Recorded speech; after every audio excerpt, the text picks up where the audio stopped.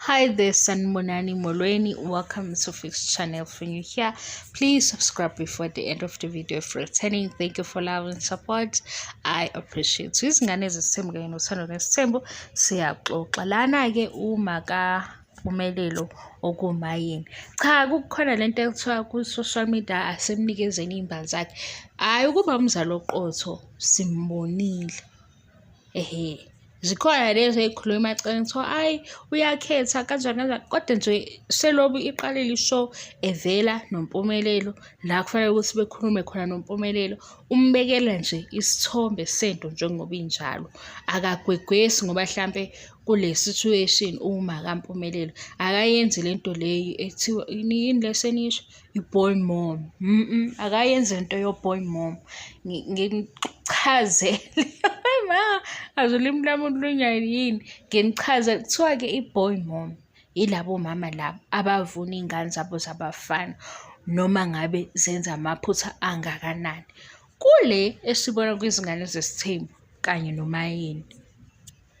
uMayeni umfana lo wakhe oqala isithembu noma owenzani uyambekela nje isithombe ukuthi lokhu nalokhu kunje, ama-disadvantages akhona ilaba, futhi mase uthe I love you kumele futhi ubuye ushintshe manje ufake nama-plans ukuthi ubhekephi nale mpilo ngoba sekuney'ngane phakathi. Mase kuney'ngane awukwazi ukuthi wenza noma ikanjani. Cha, umbekele isithombe esicacile bese ngisho ukuthi hhayi asingayikhohlwa leyo ndaba. Nalana futhi ngingazona ithi hayi bo uFix akasayibali, uhlezi ebala ngale kuthando nesithembu makuqwebhana uma hayi nakhu-ke futhi okunye yazi nginibambile ave niyamaxoki, ave ninobuphixiphixa. Yabo lo Mayeni esimbuka kwizingane zesithembu uye ngqo loya yakho uthando nesithembu. Ukuthi lapha ngithanda lesithembu wena usuke usumbuka ngeso lokuthi ifevi yakho ubani, uyena lo kwakizingane zesithembu uye lwesimbuka lapha uthanda akashintshe lutho, akayihleli into engahlekisi, uhleli into ehlekisayo emhlekisayo, ukhuluma futhi into efanele ukuthi ayikhulume ngaleso sikhathi, akancenge ndawo hlampe engathi idinga ukuncengwa. Yabo leyo nto nje ngoba nangu uMpumelelo uyeza uyamtshela nje ukuthi cha uyabhayisa, umtshela kahle ngomoya ophansi. Nakhona lapho kuthanda nesithembu akaze wakhuluma phakamisizwe. Manje ngiyamangala kungathi kukhona ababona uMayeni omusha, kodwa-ke alikho iphutha phela makadubuka ngenye indlela laphaya kuthando nesithembu.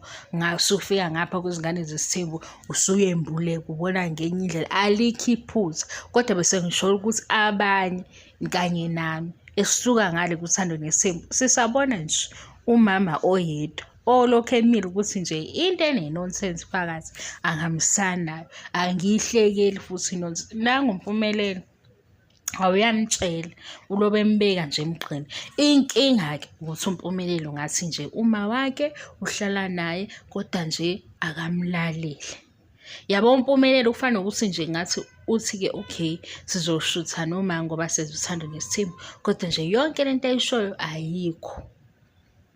Kube yile episode liya last Sunday ngaba ngikhuluma niphutha la esimbone khona ukuphendula kwakhe ukuthi engathi ikhona into ayizwayo, kodwa nje kulobe kuvela kuma-meetings la kunoMpumelelo phakathi noMayeni, uMayeni ekhuluma kodwa sibone ukuthi hayi bo uMpumelelo uyezwa ukuthi kuthiwani nokuthi kukhulunywa naye uyezwa. Hhayi kulokhu ibe khona indawo yokuthi lokho uma kushoyo ngiyakwazi kuyenzeka kubantu, nendaba yokuthi mdala noma akamdala uyayibuza lowo mbuzo ngoba uMayeni uyambuza ukuthi kanti wena Mpumelelo ungakanani, nayo seyaqala-ke ukubheka ukuthi ngempela kanti ungakanani, nakhona ukuthi unamalini ephaketheni useyayibuza ukuthi ikhonani ngempela imali. Nalokho akushoyo ukuthi kuyipleni yakhe noma kuyipleni kababa useyayibuza manje. Simbonile eba naleyo mzuzu yokuyibuza ukuthi kahle kahle ngempela ngenzani, imali ikhona yini, nakhona ukuvela uthi uzolobola nje uhamba uthi uzolobola. Oh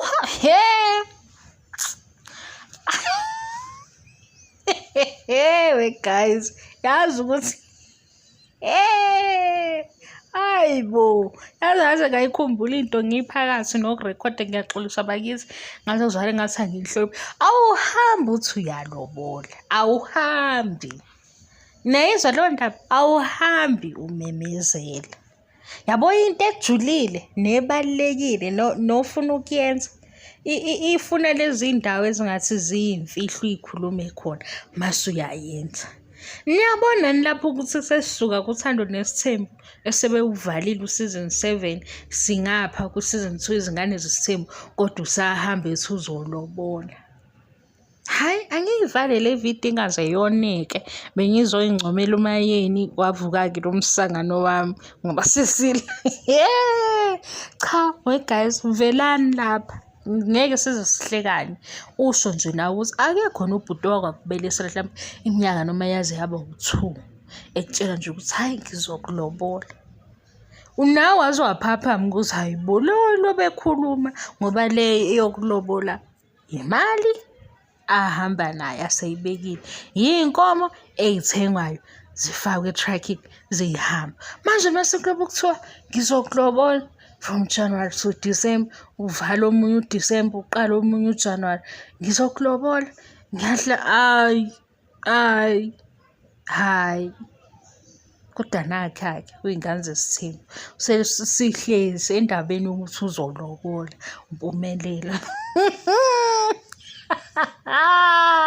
Angihleki ngoba kuhlekisa ukuthi ngiyacabanga ukuthi khona ukujula kwalento athi uzoyenza uyayazi yini. Nina asikhulume uMpumelelo lama-plans awakhe yini lawa abuzwa ngawo awakhe. Ngiyabonga i-support guys, ngiyabonga, bye.